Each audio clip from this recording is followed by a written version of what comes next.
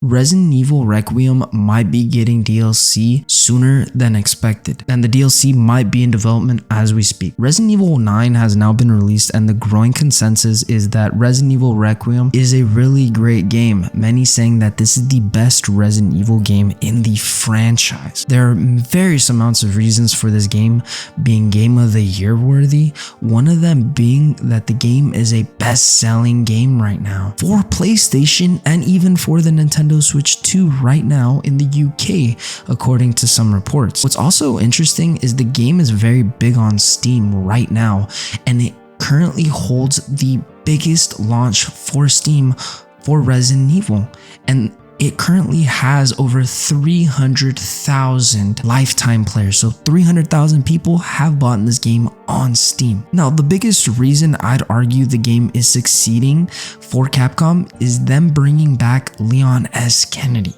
one of the main characters in this beloved franchise. They also brought back his signature combat playstyle reminiscent of Resident Evil 4, regarded as one of the greatest in the franchise. And well, that, and they also brought back survival horror at its purest form while introducing Grace Ashcroft. Now, they kind of introduced a new blend of action and survival horror into the franchise with this new title. And I would really say it's a new refreshing take, and it seems to be really paying off for Capcom. Now, Resident Evil Requiem answers a lot of questions to some of those long lingering questions introduced with Resident Evil 2 and 3. Also, Resident Evil 7 and Village. One of the biggest being, and what's going on with the connections. They've been featured in Resident Evil 7, Resident Evil 8, and now this even goes back to Resident Evil 2, and I'm not trying to go over big spoilers. Now, we did get some more information on what's the connections involvement in the story of Requiem, and the game does also detail some other plot points that could be followed up in a future DLC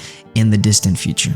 One of them being Capcom could give us a potential Alyssa Ashcroft prequel DLC, or maybe something in that form prior to the events of the game. And I will jump into more information on that in a bit. But there are some time gaps where they could jump in between in the timeline. For example, when Alyssa Ashcroft had Grace and prior to her death. So there could be some things going on between that time gap that Capcom could be making a story around. Now, there are a lot of things that I would love to speculate about Resident Evil 9's DLC potential, and there are things I do want to infer with some leaks being stated about the game now, and that information is coming from Dusk Golem, a prominent leaker here in the Resident Evil community. Now, I'm going to be reading some things that he posted from X, and I'm going to be going over some of the more important details that he shared on his X account regarding Resident Evil 9 DLC, and I will leave them linked in the description if you guys do want to read for yourselves. Now, some of the details are as follow.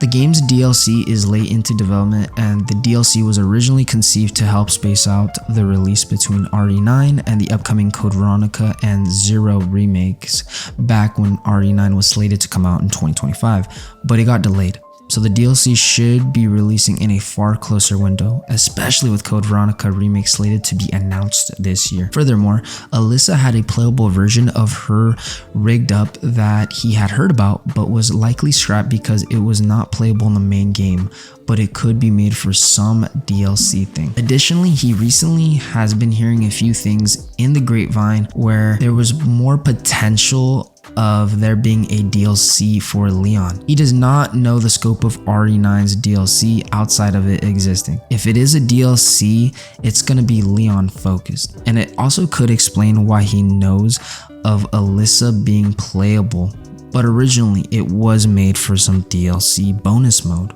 which is crazy to think about. He's aware of some content that was cut out of the final game, some evidently really late in development related to Leon. There's also some dev comments from interviews where Leon was not present in the final game. Dusk has some thoughts of that stuff being repurposed late in development. To end off on this last point, some of the RE9 amiibos releasing for the Nintendo Switch 2 are releasing on July 30th this year.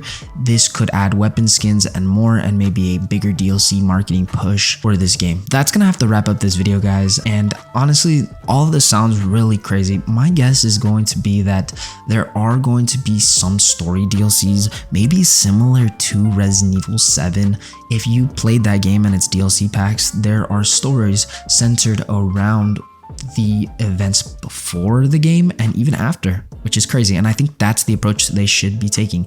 Right now, Resident Evil 9 has sold over 5 million copies 5 days after release. I think this might even be the biggest release for Resident Evil. So yeah, man, they have to top some sort of DLC for this game. Now that's gonna have to wrap up this video. And by the way, guys, I really want to apologize for no update in so long. In all honesty, I felt like I lost myself in 2025 and needed to take a step back and figure myself out. And I feel that I have a good grasp of my life now. Going further, I will try to be better at posting higher quality content and more informative videos. Other than that, please take care of yourselves. And if you did enjoy this video, do me a favor, please don't forget to drop a like and subscribe for more Resident Evil content. Other than that, guys, take care and have a great rest of your day.